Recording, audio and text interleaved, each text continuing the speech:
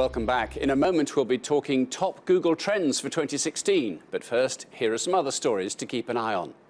An explosion at a fireworks market outside Mexico City has killed more than 30 people, with many more injured. Over a dozen children suffered burns to over 90% of their bodies. The cause of the explosion is still being investigated. Fireworks are a ritual tradition in Mexico during the Christmas period. More than 20 people have been killed in clashes between protesters and security forces in Kinshasa, the capital of the Democratic Republic of Congo. Demonstrations began hours after the president, Joseph Kabila, refused to step down from his second term. Mr. Kabila's main rival said the refusal to give up power amounted to a coup. And the US President Barack Obama has permanently banned new oil and gas drilling in most US-owned waters in the Arctic and Atlantic Oceans.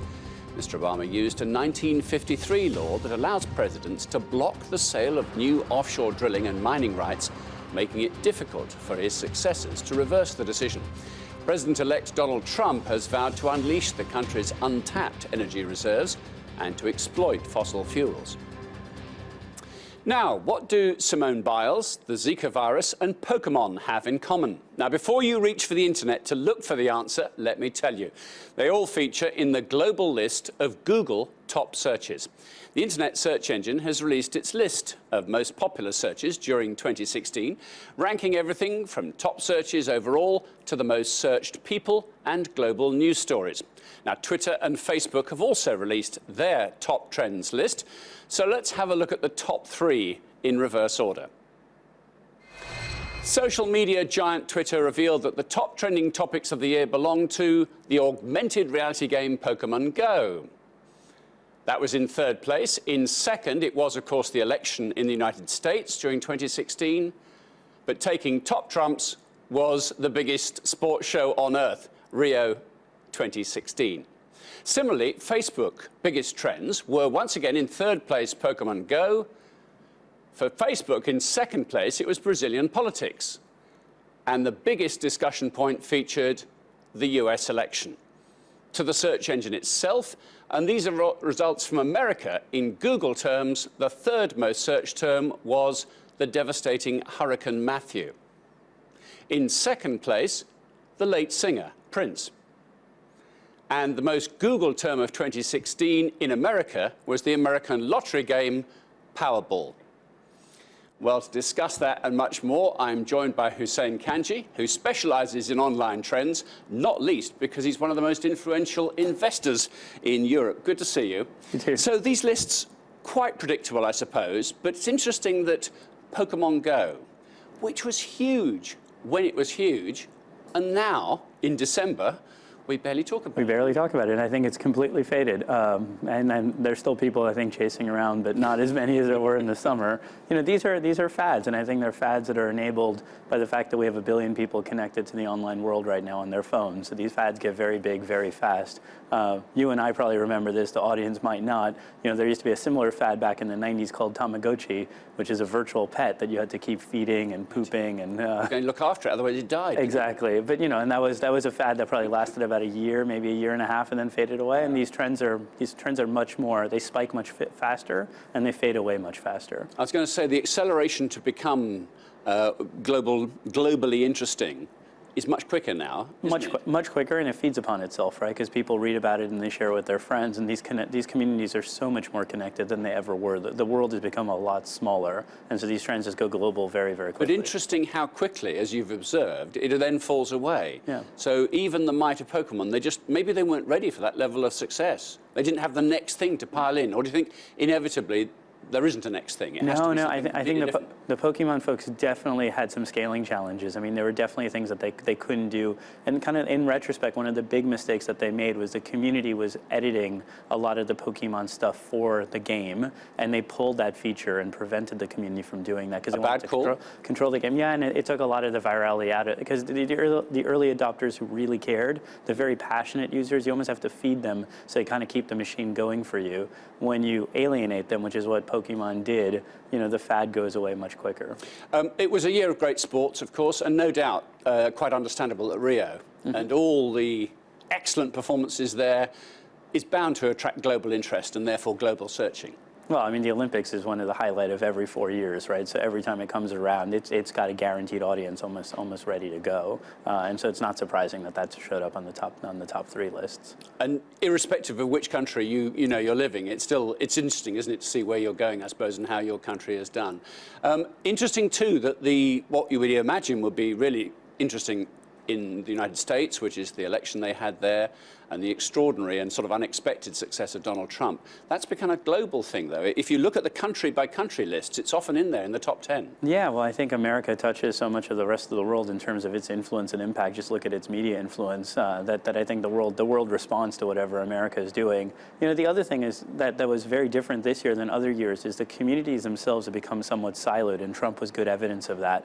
You know, you find that in certain communities, he rises to the very top. In fact, you open up your Facebook feed and all you see is Trump-related news that's very pro-Trump. You open up someone else's Facebook feed and you see anything but pro-Trump. It's usually anti-Trump. And these communities get quite a bit about Facebook, doesn't it? Yeah, and these are the things I think the world's become, again, a lot more connected on the one hand, but the echo chambers are also a lot more pronounced today. So, you know, the friends that you have will influence a lot of what you're reading. And this is one of the big impacts, I think, you know, that at least impacts the media industry. Yeah.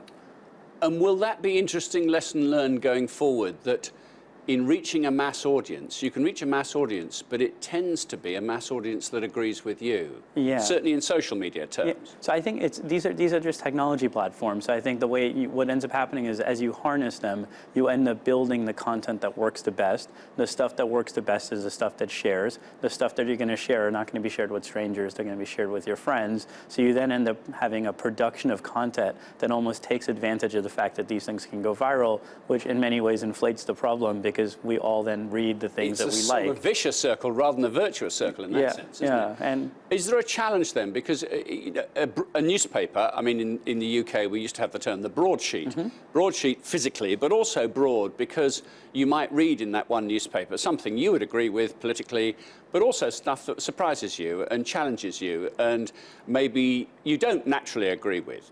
Is that, do you think, in the dissemination of information around the world, going to be a challenge now for media companies? And I think that was always the beauty of the broadsheet. The broadsheet exposed you to new ideas and was sufficiently independent financially and politically that it could actually run that model. If you look at the tabloid model, even if you look at television, it tends to attract the audience that prefers reading that publication or that television show. And so you get specialization in terms of the audience.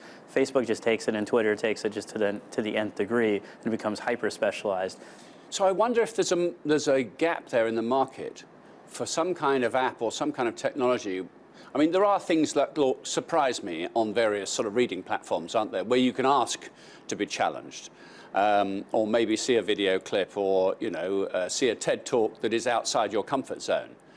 But might that be a marketplace where you can actually provide a rich variety of content for people? So I look at this as all as yin and yang, right? As you get hyper-specialization, eventually a market rises up that says, we don't want hyper-specialization. There's a sort of balancing. We want exposure. Yeah. But at the same time, the general arc that we're on is, we give consumers what they want, and consumers increasingly get to pick and choose the things that they want, right? If you're an iPhone user, you're going to get a set of iPhone-related stuff. It's going to be very hard to try and convince you to switch over to Android because it almost becomes evangelical at that point. So it's not worth the extra effort, for an advertiser or a manufacturer. So we're in a general arc of hyper-specialization, I think, and that's going to get more and more pronounced.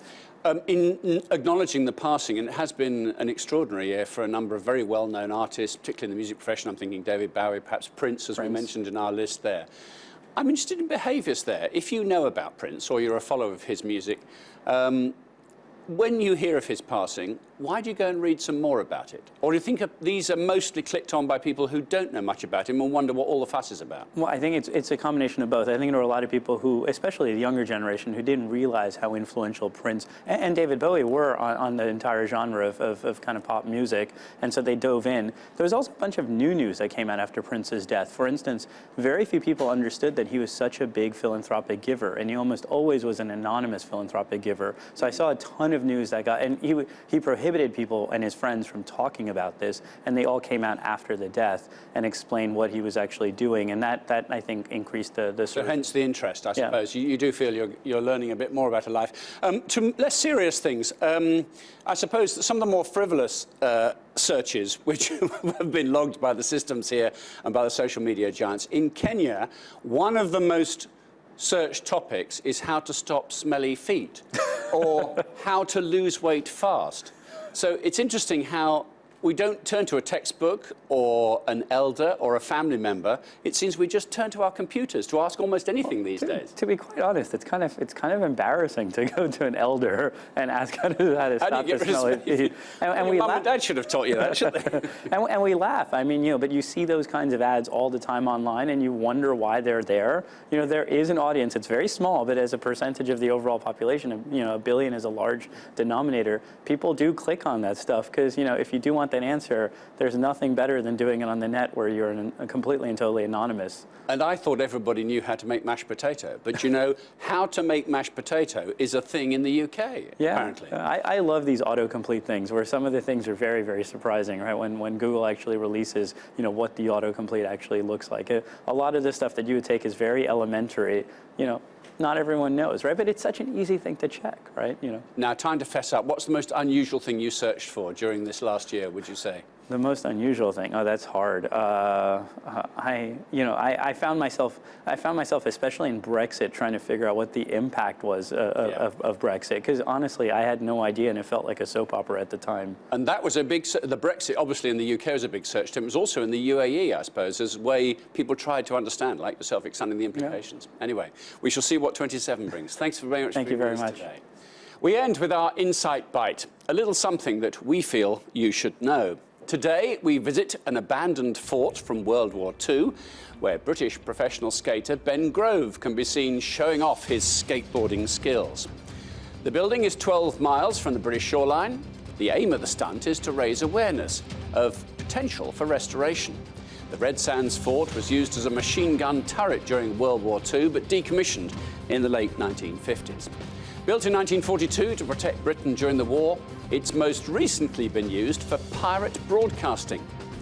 Well, that's all the broadcasting from me for now. I'm Martin Stanford. That was Insight.